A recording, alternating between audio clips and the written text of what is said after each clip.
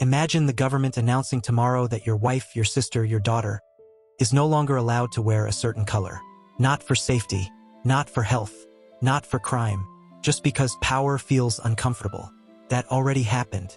Over 2,200 years ago, in ancient Rome, the most powerful republic on earth decided that women's clothing was a national threat.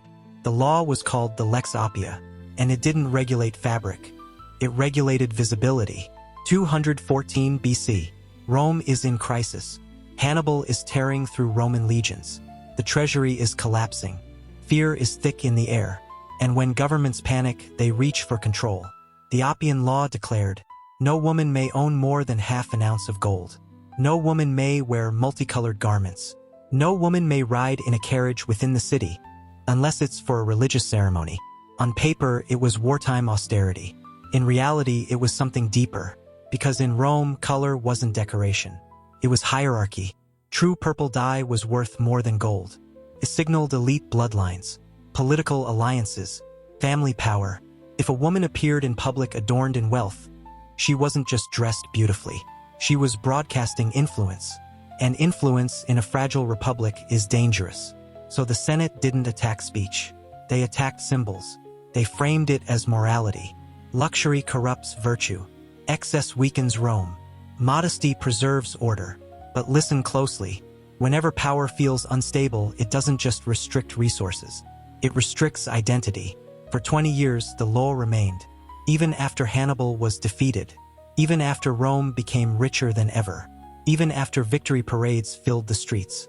The emergency was over. The control was not. Because here's the uncomfortable truth. Emergency power rarely remains temporary. Then something unprecedented happened. Roman women took to the streets.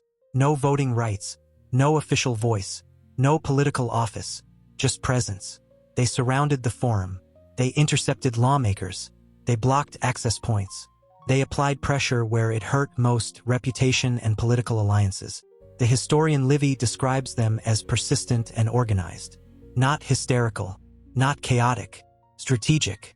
Inside the Senate, tension exploded. Cato the Elder rose to speak. He didn't argue about budgets. He didn't argue about war. He warned, if you allow them to triumph in this, they will demand equality in all things. That was the fear. Not gold, not fabric, precedent. If women could overturn legislation through collective pressure, then they were no longer passive figures in the Republic. They were political actors. Outside, the streets stayed filled. For days, women persuaded fathers, brothers, husbands, allies.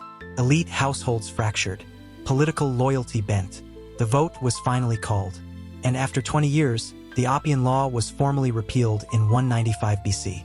No riot, no bloodshed, no revolution, just sustained, coordinated visibility. Here's what makes this explosive. This wasn't merely a fashion dispute. It was one of the earliest recorded examples of mass civilian protests successfully reversing legislation.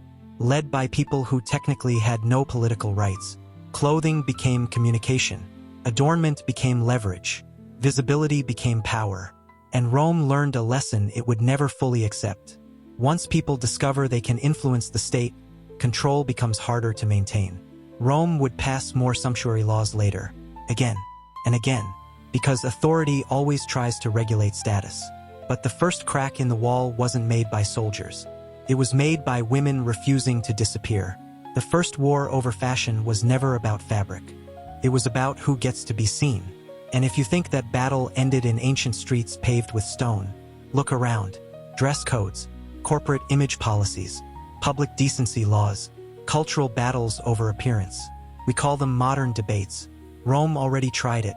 And the moment visibility was threatened, resistance was born. The first fashion ban in history didn't prove that clothing is trivial. Proved the opposite. When power fears color, it's never really afraid of color. It's afraid of what color signals. And once people realize that being seen is power, they stop asking for permission.